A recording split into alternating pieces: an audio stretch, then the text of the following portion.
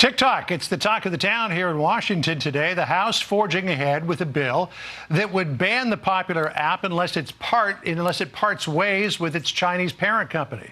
Now that issue is in the hands of the Senate. What will happen there? Let's bring in Louisiana Republican Senator John Kennedy to find out. Senator, great to see you this afternoon.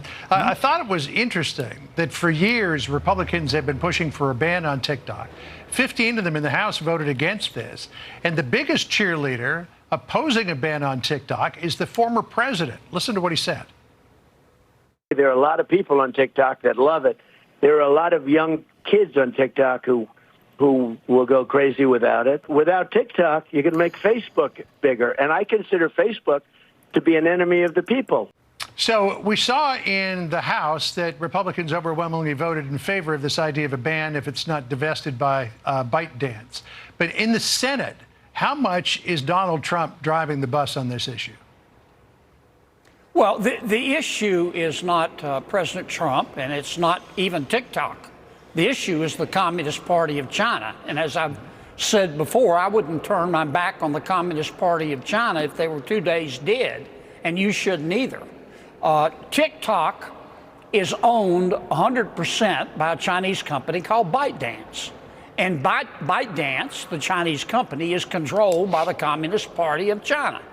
And the fear, of course, is that the Communist Party of China, through ByteDance, will use TikTok to access our data, to conduct cyber espionage, to advance Communist Party of China views, to access the software on our telephones, to meddle in our elections. And some of my colleagues in the House have concluded that that's already going on, and that's why they've decided to basically slap TikTok to Pluto. Now the bill is for the Senate. My decision, my vote's going to be determined by our intelligence communities. I don't know if Senator Schumer is going to bring the bill up, but if he does, I'm going to ask him to bring our 17 intelligence agencies before us in a classified setting and tell us if these allegations are true.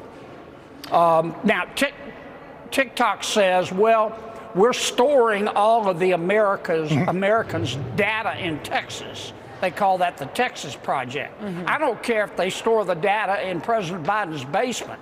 The issue is not where the data is stored. The issue is whether the Chinese Communist Party still has access to the data. Okay, so, Senator, good to see you. It's Sandra. Hey, Sandra. This is the TikTok response to the vote today.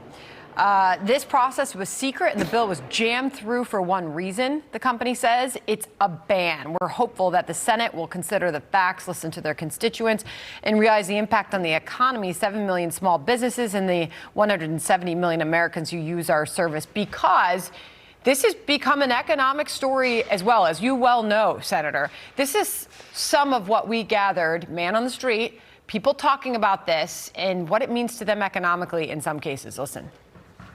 Oh, I'm not really for the banning of TikTok. I think it's fine if they were to ban it, because I don't see that many benefits of TikTok. There are probably better matters out there right now than to be looking at if we should vote for banning TikTok or not. I think that TikTok is like a really great source for people to express themselves. It's my favorite app, so I really hope that it's not banned. And we rolled sound earlier as well on some of these kids who said that, maybe the adults don't get it. Maybe they don't get that this is a source of income for so many. What do you say to them when they do see this as a ban? And historically, Republicans, Senator, haven't been all about banning things. They've been for competition. Well, there are legitimate First Amendment issues here.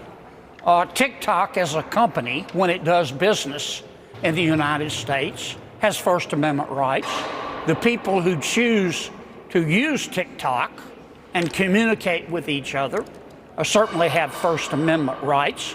But once again here, the real issue is whether those First Amendment rights outweigh the security threat, the national security threat, if any, to the American people. And our intelligence communities have the answer to that. Now, TikTok and ByteDance, the Communist Party company that owns them, say there's nothing to see here, that we're segregating the data, but they've never said or proven that the Communist Party of China doesn't have access to that data. And I have talked to senators who believe that TikTok and perhaps the Communist Party of China has already meddled in their elections. We've got to get the facts, and the only way to get the facts is to go to our intelligence communities, and whether they'll share that information with us or not, Sandra, I don't know, but they have the information. All right. Senator, it's always great to catch up with you, and we'll see what happens with that vote in the Senate. Just real quick, would you expect that it would pass? Probably, yeah. But Okay. my vote's going to be determined by the facts. All right, great. And what is that vote? I don't know. It's up to Schumer. Okay. He may never bring the bill up. But if it does go to the floor, you will vote what? I don't know yet. I've got to have a briefing by the intelligence community. Got it. All right. If these allegations are true, it's a yes. But I deal in facts, not rumors. Okay, great. Thank you. Would you have voted against the Trojan horse? Yes or no? I'm kidding. Thanks, Senator. That was good, John. That was very good.